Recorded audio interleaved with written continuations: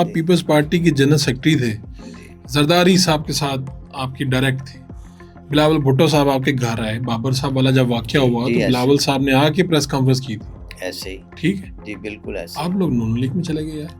جی دیکھیں, یہ اصل میں کچھ لوگ ہوتے ہیں پارٹیاں جب چھوڑتی ہیں تو بڑے کیچڑ بھی اچھالتے ہیں, مگر میں اس بات سے بالکل سمجھتا ہوں کہ مجھے کوئی شرمندگی نہیں ہوتی بات کرنے میں.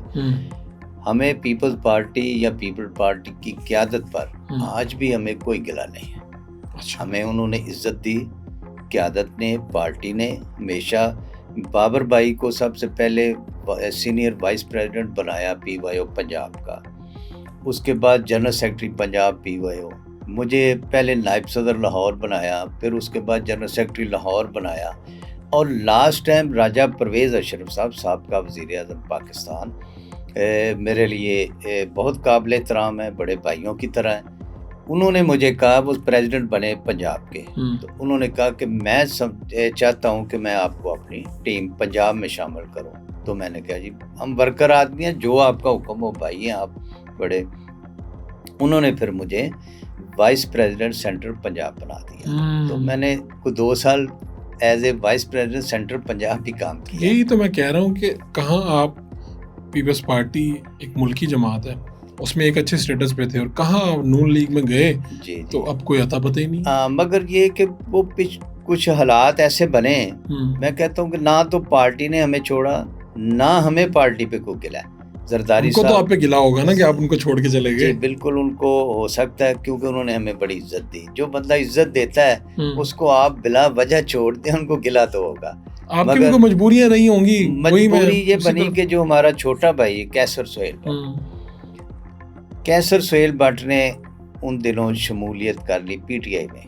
وہ آپ کو پتہ ہے ایک جنون جنریشن کو تھا, جس طرح اب بات دوسری طرف نکل جائے گی, جس طرح عمران خان نے جو تربیت کی نوجوان نسل کی, وہی اس کے اثرات ہمارے گھر تک بھی آئے. آپ کے گھر پہ بھی وہ آگ پہنچی. تو کیسر سہیل جو بھائی بٹ ہے, اس نے شمولیت کر لی پی ٹی آئی میں. یہ پھر ہمارے لیے ایک بڑا امتحان تھا کہ ایک تو بڑا ہونے کی حیثیت سے گھر میں یہ میری ذمہ داری تھی کہ میں ایک چیز کو بچا سکتا تھا, گھر یا پارٹی, گھر, خاندان یا سیاست.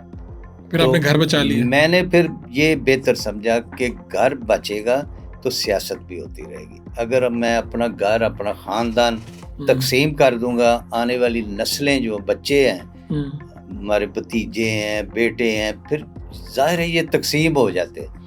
تو میں نے یہ بہتر سمجھا کہ سیاست قربان کر دیں تو اپنے خاندان کو بچا لیں. یہ اس طرح ہم پی ٹی آئی میں گئے.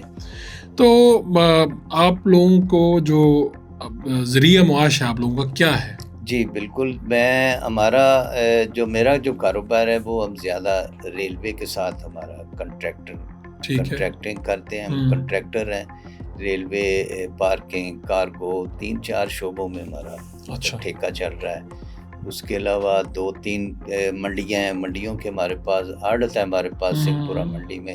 یعنی اللہ تعالیٰ کا شکر ہے کہ اپنا بزنس اچھے طریقے سے جو ضروریات ہیں اللہ تعالیٰ وہ پوری کرتا ہے.